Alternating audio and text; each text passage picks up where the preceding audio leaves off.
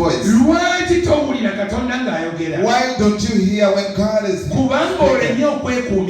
For you fail to keep yourself in spirit. Every time kind of things are consuming you. The situations are consuming you. The common jobs are consuming you. God has a good plan to give you. But you don't listen for your necessary flesh. By the time you convert to the Spirit, you shall start hearing the voice of the Father. You shall start feeling the presence of the Lord.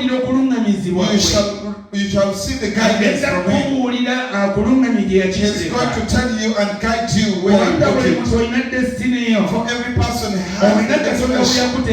You have somewhere that God prepared for you. And He is there to lead you. The Bible says God's children, they are led by the Spirit. But you will not be led by the Spirit. Not until when you're filled by the Spirit and you are the Spirit. And you are of the Spirit. If you are of the Spirit, you shall hear God's voice. You shall start feeling the voice of the Spirit. And you feel how God speaks. You, my son, come. My child, come here.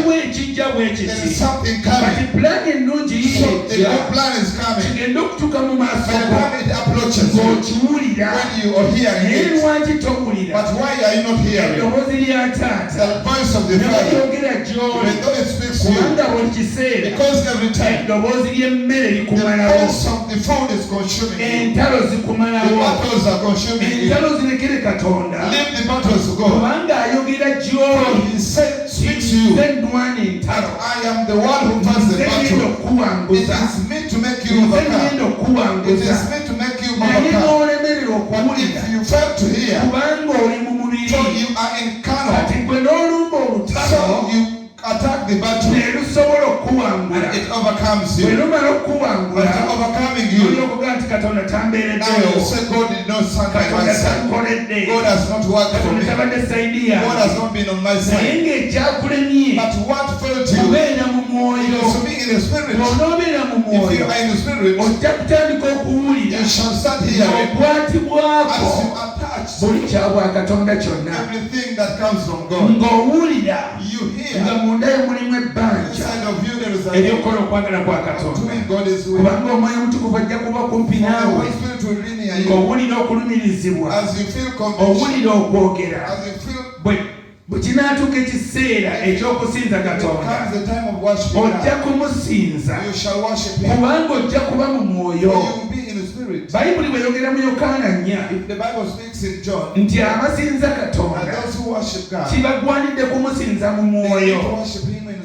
Kikwetagisa kubeera wa mwoyo.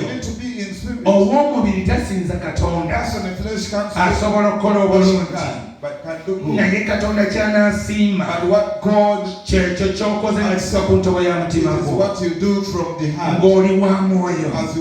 Ku Bikkulirwa 4 ayogera ku kusinza. Olunyiri lwaffe essuula yaffe gye twalimu. Naye omusajja ono era ayogera nti bwe yali mu mwoyo,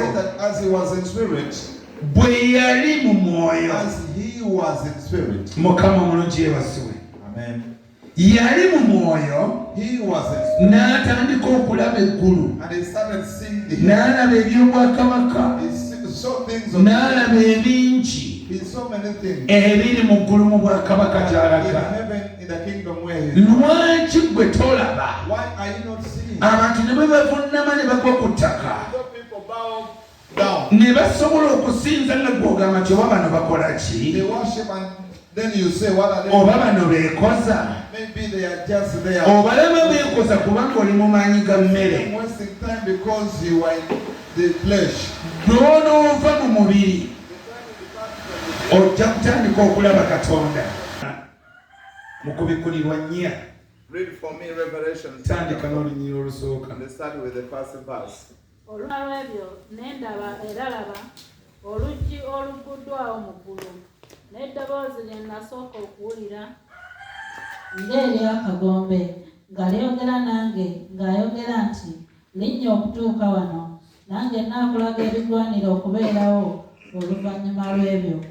Amangu ago nali mwoyo, era laba entebe ey'obwakabaka yali ng'eteekeddwawo mu ggulu, nga waliwo yali atudde ku ntebe. Sooka owulira omusajja ono. First listen to this man.